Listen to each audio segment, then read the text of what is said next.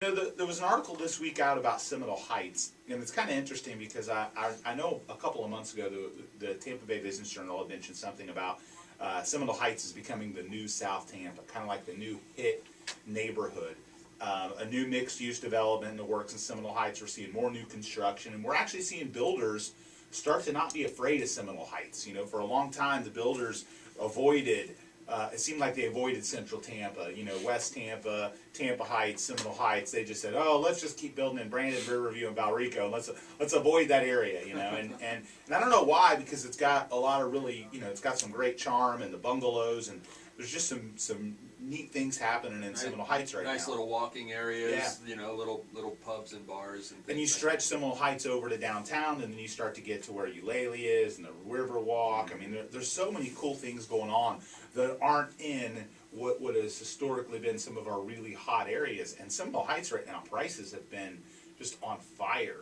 And you know, I was going to ask David, you know, we're starting to see a lot of people kind of, you know, almost decide South Tampa's too pricey, or the beach, or certain parts of like downtown or northeast St. Pete, and start to settle on Seminole Heights. And I think that's great because it's really going to revitalize that area. Seminole Heights has been ascending for the last couple of years, and it's been the spot where a lot of the you know, young urban crew, you know, just the artsy folk. I mean, there's a lot of really nicely independently owned restaurants and shops around there. A lot of great local businesses there. Great food. If you want to get great food, go down to Seminole Heights. Well, the cool part about Seminole Heights is a good variety of just about any kind of food you want. It's not like, you know, you've got parts of town where there seems to be certain types of ethnic food or restaurants based on the makeup of that neighborhood, but in Seminole Heights there's a ton of variety. It's definitely a different feel than South Tampa. I got friends that live in both places, and South Tampa, obviously, you're going to pay a little bit more and probably have a little bit less space. You know, the houses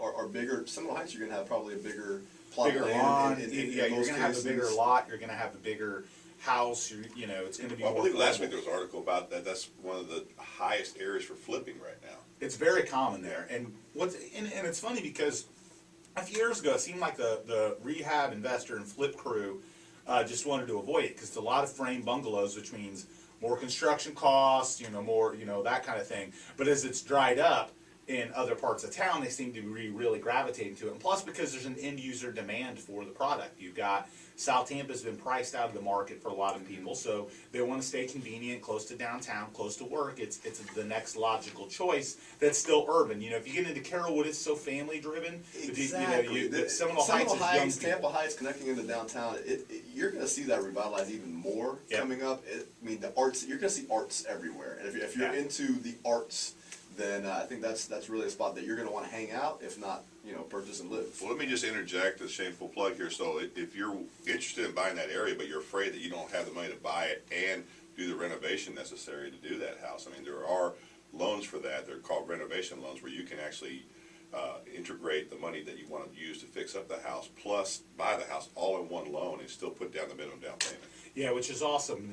And a lot of lenders don't offer some of the programs like the escrow holdback that you guys do. Escrow holdback is another thing, yes. And so that, which is a great program if you run into repairs. So maybe you're buying that 20s bungalow, but you think it's okay, and you don't think you're going to spend money on it, and then all of a sudden you find out that there's something that needs to be repaired.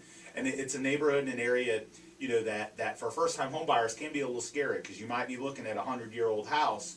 And you're like, oh man, it's in my budget, it looks nice, but it is going to be a little bit more maintenance. There are going to be, you know, a little more challenges with getting it through financing. But that's where the escrow holdback works. Escrow holdback work, and also renovation loans. We have renovation loans that you can put the minimum down payment. So if you need more information about that, you can go to waterstone-tampabay.com or 844-DIAS-DUO. So. And I'll tell you, the thing about Seminole Heights, you know, from an insurance standpoint, and Richard, you can kind of speak on this. That's one of the curveballs that sometimes people don't, you know, kind of factor in. They talk to a lender and they get some, you know, kind of generic insurance quotes or ranges, and then it's a 100-year-old bungalow, and those insurance costs are going to be a little bit different too. Well, and a lot of it depends on what type of bungalow you're looking at. You know, the thing that I think about when I think of Seminole Heights is I think of renovated bungalows rather than South Tampa, where we have, you know, tear downs and rebuilds to these big, beautiful houses, you know, where a smaller bungalow used to be.